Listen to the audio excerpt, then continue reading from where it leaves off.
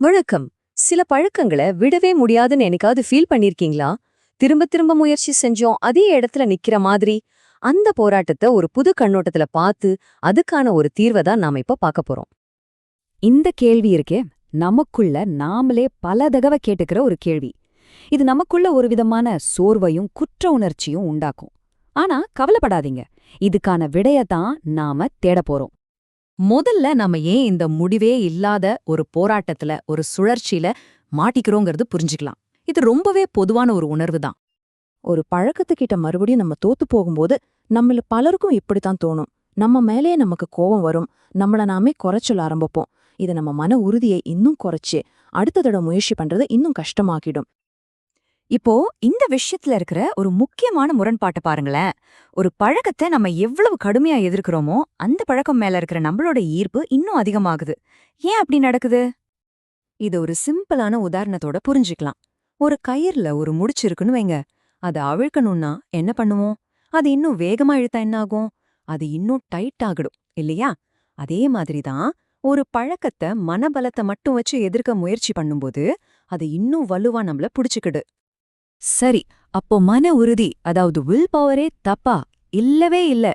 ஆனா வில் பவரை மட்டும் நம்பி நமக்குள்ளேயே ஒரு சண்டை போடுறது சரியான வழி கிடையாது. அதோட மறுபக்கத்தை பற்றி பாப்போம்.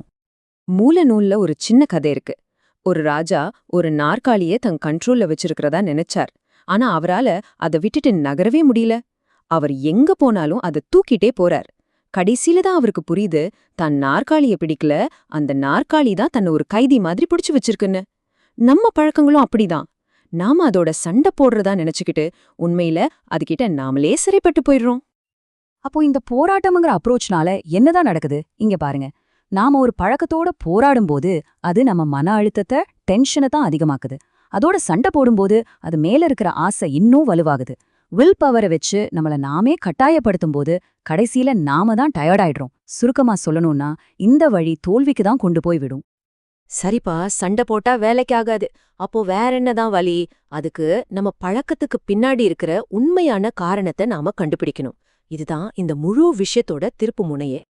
நம்மளோட கெட்ட பழக்கங்கள்லாம் நம்மளோட பலவீனத்தோட அடையாளம் கிடையாதுங்க. அது நம்ம மனசு ஒரு விதமான சுகத்தையோ இல்ல ஒரு ஆறுதலையோ தேடுறதோட வெளிப்பாடு. சிகரெட் பிடிக்கிறதுல இருந்து அதிக நேரம் சோஷியல் மீடியா பாக்குறது வரைக்கும் ஒவ்வொரு பழக்கத்துக்கு பின்னாடியும் ஒரு ஆறுதலை தேடுற முயற்சி ஒழிஞ்சிருக்கு. இதுதான் சுகம் தேடல்னு சொல்றோம். ஆக ரொம்ப முக்கியமான விஷயம் இதுதான். நாம அந்த பழக்கத்தோட சண்டை போடுறத விட்டுட்டு அந்த பழக்கம் ஏன் உருவாச்சுன்னு யோசிக்கணும். அது நம்மளோட எந்த தேவைய, எந்த ஆறுதல பூர்த்தி செய்ய முயற்சி பண்ணுது, அந்த மூல காரணத்தை கண்டுபிடிச்சிட்டா பழக்கத்தை மாத்துறது ரொம்பவே ஈஸியாகிடும். சரி, அந்த மூல காரணத்தை கண்டுபிடிச்சிட்டோம். அடுத்து என்ன? இங்கதான் ரிலாக்ஸ் அப்படிங்கிற ஒரு சக்தி வாய்ந்த சாவி வருது. ஆமாங்க, எதிர்க்கிறத விட ஓய்வா இருக்கிறதுல தான் அதிக சக்தி இருக்கு. இந்த உருவகம் இதை ரொம்ப அழகா விளக்குது. நீங்க மன அழுத்தத்தோடவும் போராட்டத்தோடவும் இருக்கும்போது ஒரு முடிவு எடுத்தீங்கன்னா அந்த முடிவு உங்க மனசுல ஆழமா பதியாது. அது இறுகி போன மண்ணுல விதை போட்ட மாதிரி.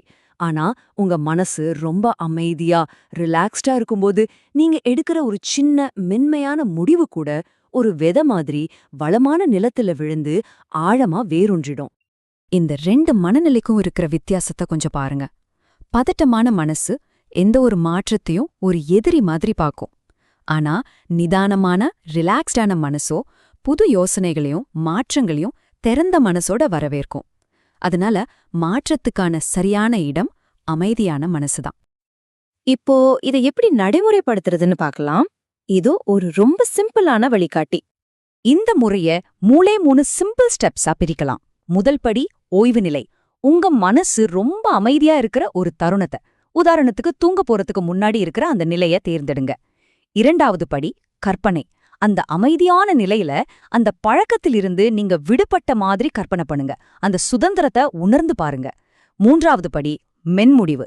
கடைசியா அதே ஓய்வான நிலையில நாளையிலிருந்து நான் சுதந்திரமாக இருப்பேன் அப்படிங்கிற மாதிரி ஒரு மென்மையான ஆனா உறுதியான முடிவை எடுங்க. இது ஒரு போராட்டம் இல்லைங்க, இது ஒரு புது விதையை நடுற மாதிரி. இந்த முறையோட அடிப்படை கொள்கையே இதுதான். உங்க மனசோட சண்டை போடுறதுக்கு பதிலா அதோட ஒத்துழைச்சு ஒரு புது பாதையை உருவாக்குறீங்க. இது ஒரு மோதல் இல்ல, ஒரு சமரசம்.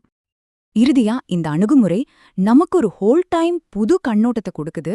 நம்மள நாமே விமர்சனம் பண்றத நிறுத்திட்டு நம்மள புரிஞ்சுக்க ஆரம்பிக்கிறோம். இந்த முழு விஷயத்தோட முக்கிய பாடங்களை சுருக்கமா பாப்போம்.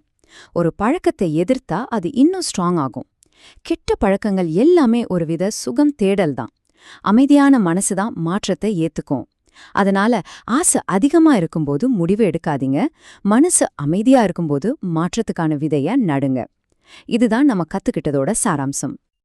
இந்த ஒரு கேள்வியோட நான் உங்களை விட்டுட்டு போறேன். உங்க பழக்கத்தை ஒரு எதிரியா பார்க்காம அது உங்களுக்கு அனுப்புற ஒரு மெசேஜ் மாதிரி பாருங்க.